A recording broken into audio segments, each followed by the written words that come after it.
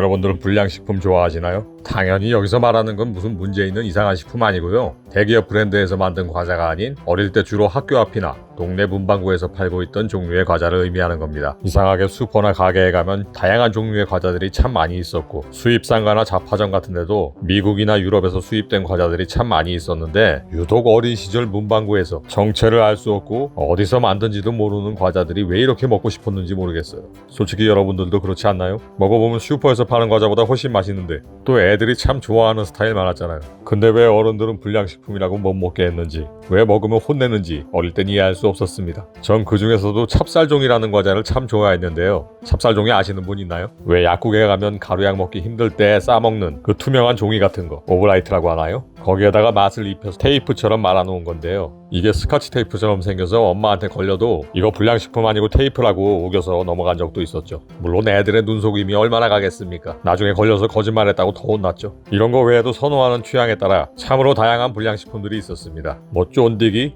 밭두렁, 아폴로, 그리고 연탄불에 구워먹는 어포들까지. 여기에 여름이 되면 소프트 아이스크림이 아니라 쇼프트 아이스크림이라고 써있는 그 콩까지. 아이들의 주머니를 가볍게 만드는 장본인들이었죠. 하나 개인적으로 궁금한 게 있는데 그 쇼프트 아이스크림 파는 데 보면 꼭 냉차라고 있었잖아요. 그 이상한 빨간색 액체는 뭘로 만들어졌을까 참 그게 궁금했어요. 하지만 제가 개인적으로 가장 좋아했고 요즘도 가장 즐겨 먹는 불량식품이 하나 있는데요. 바로 꿀맛나. 이건 그냥 먹어도 맛있지만 그 문방구 앞에 있는 연탄불에 살짝 구우면은 그 뜨거운 게 입 안으로 흘러들어오는 그 맛. 미치죠. 이것도 많은 분들이 좋아했던 걸로 기억합니다. 불에다 너무 오래 올려놓으면 다 타버리기도 하고 입에 물었을 때 너무 뜨거워서 혓바닥이나 입천장 되는 경우도 있었죠. 어릴 때 그래서 뽑기 장사를 하던가 아니면 이거 만드는 공장을 차리고 싶다는 생각을 했던 적도 있는 것 같습니다. 갑자기 불량식품 이야기는 왜 나오냐고요? 오늘은 외국인들이 의외로 좋아하는 한국 것들 이야기니까요. 먼저 한국에서 제일 좋아하는 건 단연 이거라고 말하는 외국인의 이야기부터 소개해보겠습니다. 어떤 나라를 떠올리고 기억하는 데는 뭐가 필요할까요? 관광지? 저는 먹을 것.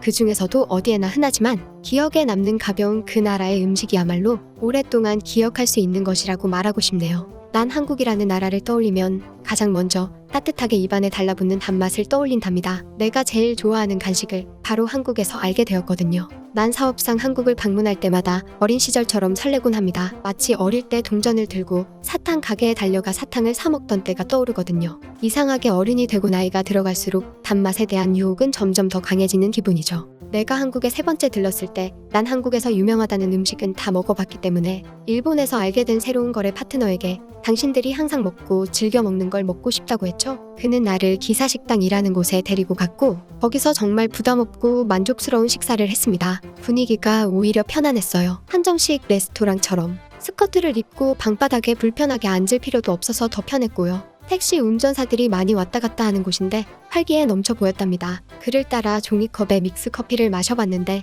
그것도 달짝지근하면서 고소한 맛이 참 마음에 들더군요. 그동안 다른 거래처 담당자들은 격식을 차리며 딱딱하고 불편한 장소, 화려하고 유명한 음식점으로만 안내했거든요. 그런 곳들의 음식 맛도 훌륭했지만 과연 그게 한국인들이 매일 먹고 일상으로 즐기는 곳일까? 이런 의문이 항상 들었답니다. 난 이런 자연스러운 체험을 하고 싶었기 때문에 너무 만족스러웠어요. 그에게 무척 감사했습니다. 그는 하나 더 남았다고 하면서 식당 주인에게 이야기를 하더니 뭔가 갈색으로 된 것을 가지고 왔어요. 그걸 먹어보라고요. 집자마자 따뜻하고 물컹한 느낌이 들었는데 그는 3개 물면 확 터지니까 한 줄씩 떼어 살짝 베어 먹어보라고 했습니다. 그의 말대로 했더니 난 단맛의 신세계를 맛봤답니다. 말랑말랑한 껍질에 꿀 같은 달콤한 것이 터져 나오는데 그런 맛은 난생 처음이었죠. 곧 눈이 휘둥그레져서 대체 이건 뭐냐고 물었죠. 그는 웃으면서 자기가 어릴 때부터 제일 좋아하는 과자인데 나에게 꼭 맛 보여주고 싶었다고 했어요. 그 말을 듣고 난 더 감동했답니다. 자신이 아끼는 것, 즐기는 걸 함께 공유하고 싶다는 마음을 받는다면 누구나 기쁘게 생각할 거예요.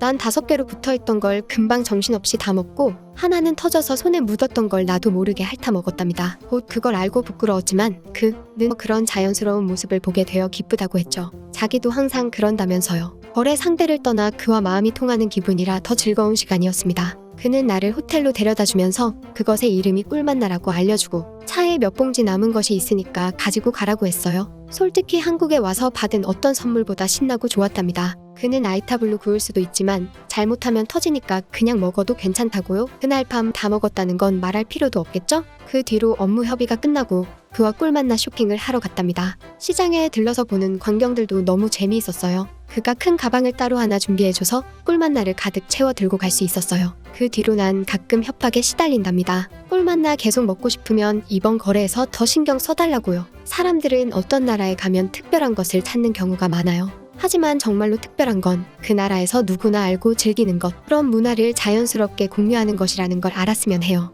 네, 일본에서 거래를 하게 되면서 알게 된 분인데 나중에 한국과도 거래를 트면서 한국에 자주 오셨거든요. 유명한 음식들은 다 먹어봤다길래 바로 기사식당으로 데리고 왔죠. 다른 음식들도 좋아했었지만 호박 꿀맛나 이거 불에 살짝 구워가지고 먹어보라고 줬더니 눈이 하트가 돼가지고 이게 뭐냐고. 그날 밤에 호텔에서 5봉지 준 거 다 먹었대요. 불에 굽지도 않은 거라 좀 딱딱할 텐데 한 봉지에 5개 들어있으니까 25개, 또 5줄씩 붙어있잖아요. 75줄을 먹은 거죠. 많이 먹으면 배탈 나던데. 그 다음부터 한국에 오면요, 큰 가방 따로 들고 와서 이것만 잔뜩 싸가지고 와요. 이분이랑 있던 일 그리고 이야기를 재구성해봤고요. 꿀맛나 역시 제 가성비 선물 비법입니다. 이 맛 싫어하는 사람이 있을까 싶어요. 왜냐면 단맛이라는 건 전 세계 누구나 남녀노소 모두 적응하기 쉬운 맛이거든요. 특히 여성분들이요. 너무 강한 자극적인 단맛도 아니면서 그 따뜻하게 흘러나오는 느낌 죽이잖아요. 옛날처럼 한 봉지에 50원 100원은 아니지만 요즘도 한 봉지에 1,000원도 안 해요. 10봉지 한 박스 사봐야 8,000원 정도 하니까.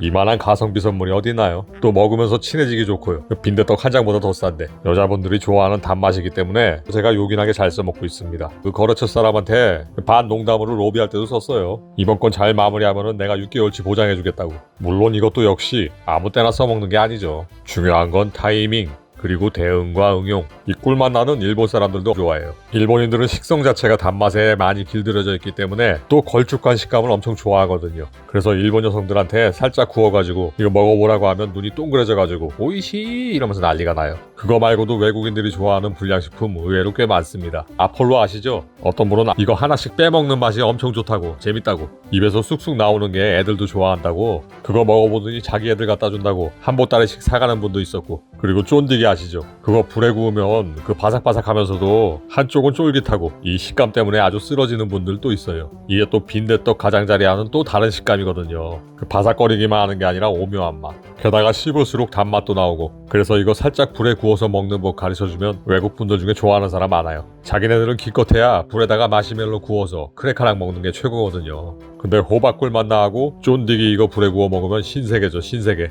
요즘은 굳이 도매상 같은 데 안 가도 인터넷 쇼핑에서 다양한 종류를 다 팔고 있으니까 추억의 불량식품 세트 이런 거 많아요. 불량식품 광고가 아니고 제가 정말로 하고 싶은 말은, 아마 흐름을 보면 느끼셨겠지만 외국에서 온 사람들에게 괜히 한국을 대표한다고 억지로 한국을 알리겠다고 쓸데없는 폼 잡고 고상한 척하고 이러는 것보다 우리가 실생활에서 즐겨 먹고 쓰는 것들, 이런 걸 마음과 함께 전달할 때 더 좋아한다 말하고 싶었습니다. 괜히 억지로 어떻게 하면 김치를 먹일 수 있을까 이런 거 고민하지 마시고, 처음엔 거부감 들 수 있는 국밥이나 매운 거 이런 거 먹이겠다고 시간 낭비하고 뒤에 안 좋은 소리 듣지 마시고요. 백첩반상 수라상 구절판 신선로 잘하는 유명한 집, 비싼 집 예약하려고 애쓰지 마시고, 명장이 만든 한국 전통 세공품 이런 거 고르는데 엄한 돈 쓰지 마시고요. 저는 그냥 해외에서 오시는 분들하고 기사식당 가서 밥 먹고 저녁엔 빈대떡 먹으러 가고 이걸로도 얼마든지 기뻐하고 좋아했습니다. 한우 원뿔뿔 물론 좋아하죠. 한 끼에 20-30만원짜리 한정식 당연히 기뻐하죠. 하지만 그보다는 내가 아는 한국만의 장소를 함께 추억이 담겨있는 이야기를 해주면서 당신이 한국에 왔던 기억이 내가 간직했던 기억과 같으면 좋겠다, 이런 말 한마디만 하면요,